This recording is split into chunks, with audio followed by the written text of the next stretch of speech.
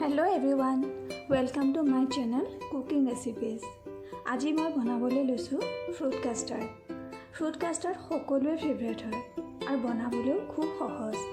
আজি মই চেনি নোখোৱা সকলো খাব পৰাকে বনাই দেখুৱাম। আশা কৰোঁ ভাল পাব। আৰু যদি এই ৰেচিপিটো ভাল লাগে ভিডিঅ'টো লাইক কৰি দিব আৰু চেনেলটো সাবস্ক্ৰাইব কৰিবলৈ নাপাহৰিব। আহকচোন বনাব আৰম্ভ কৰোঁ। ফ্ৰুট কাষ্টাৰ্ডৰ কাৰণে প্ৰথমে গেছটো জ্বলাই পেনখনত হাফ লিটাৰ গাখীৰ দিম আৰু গেছটো মিডিয়াম ফ্লেমত দি অলপ সময় উতলিবলৈ দিম আৰু চামুচেৰে লৰাই থাকিম যাতে তলত লাগি নাযায়। লাহে লাহে ডাঠ হৈ আহিব। এতিয়া ড্ৰাই ফ্ৰুটছখিনি দি দিম। ড্ৰাই ফ্ৰুটছখিনি মই সৰু সৰুকৈ কাটি লৈছিলোঁ। এতিয়া কাটি থোৱা কল আৰু আপেলখিনি দি দিলোঁ। কিৱি আৰু বেদেনা আৰু আপোনালোকে ভাল পোৱা ফ্ৰুটছ দি দিব পাৰিব।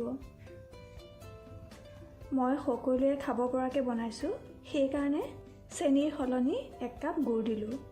এতিয়া ভালদৰে লৰাই উতল আহিব দিম। এটা বাটিত 3 চামুচ কাষ্টাৰ্ড পাউডাৰ 1 কাপ নৰ্মেল টেম্পাৰেচাৰৰ গাখীৰৰ লগত মিলাই ল'ম। কাষ্টাৰ্ড পাউডাৰ কেতিয়াও উতলি থকা গাখীৰত নিদিব, গোটা হৈ যাব আৰু খাব নোৱাৰিব। গাখীৰৰ লগত মিলাই থোৱা কাষ্টাৰ্ডখিনি দি অলপ সময় চামুচেৰে লৰাই থাকিব লাগিব যাতে তলত গোটা হৈ নাযায়। গেছটো অফ কৰি খৰকৈ চামুচেৰে খুব লৰাব লাগিব। অলপ ঠাণ্ডা হৈ যোৱালৈকে লৰাই থাকিব লাগিব। তাৰপিছত অলপ সময় ফ্ৰিজত থৈ খাবলৈ উলিয়াব। ফ্ৰুট কাষ্টাৰ্ড অলপ ঠাণ্ডা খাবলৈ বেছি ভাল লাগে। এনেধৰণে বনালে বেছি ডাঠ বা পাতল নহয়।